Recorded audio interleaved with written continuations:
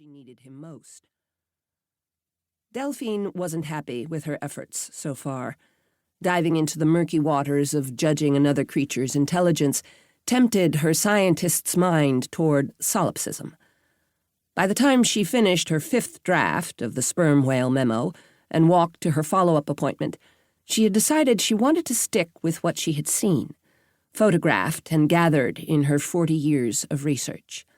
There was plenty there to consider.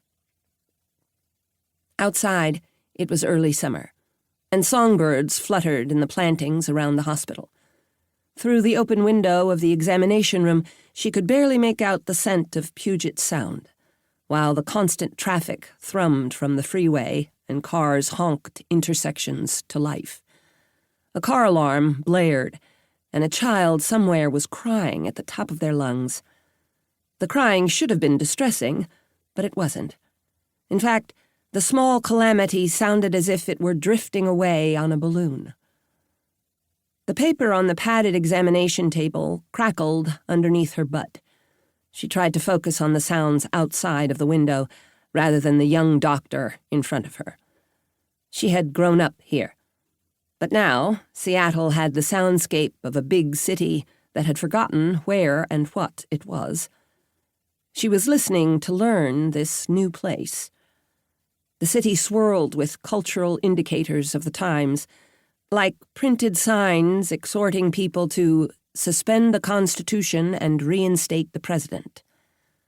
One billboard near the International District suggested that God is my president. A cultural divide was laid out in the blurred swirl of hand-drawn graffiti. Jail all Democrats and Eat the Rich. Other graffiti proclaimed gang names or suggested that poverty was the open door to anarchy. "All right, big breath in now. That's a good girl," the young doctor said in his mannerly way. He had big teeth and clean fingernails. In her 3 years of undergoing treatment, Delphine had never ceased to be amazed at how condescending young doctors could be. She was 68 years old, and almost every visit bespoke some sense of superiority, as if underneath it all, these circumstances were her fault. The nurses were almost always kind, but the young doctors made her feel guilty, leaving her mind to reel after each appointment. Delphine had been a gatherer of data. She loved photographing animals out on the ocean, taking notes and making observations. She loved pushing her yellow skiff along the wake of a diving whale to photograph the flukes of the big animals. She had so much more work to do, more photographs to take, more data to go through, more students to foster toward their own research. She couldn't stand ruminating about her own illness. "You have some more congestion, dear. Have you told Dr. Walters?" "I will be sure to mention it to Dr. Walters, darling," she said in her most kind, sarcastic voice.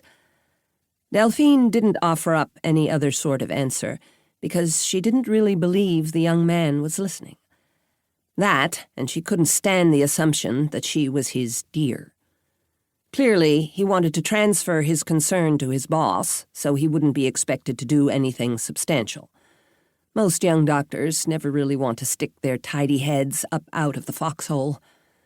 He checked the nursing notes about when and how much medication she had been given. He could always push blame downhill onto the nurses. He wished the grumpy old woman no ill will, but these were difficult times, and the hospital administrators needed her spot on the schedule. Delphine stopped studying the young doctor. More than 1,000 miles away in the North Pacific, a group of male sperm whales lay at the surface breathing, expelling carbon dioxide and taking in oxygen, watching the ocean below them, hoping to take more black cod off a fisherman's long line.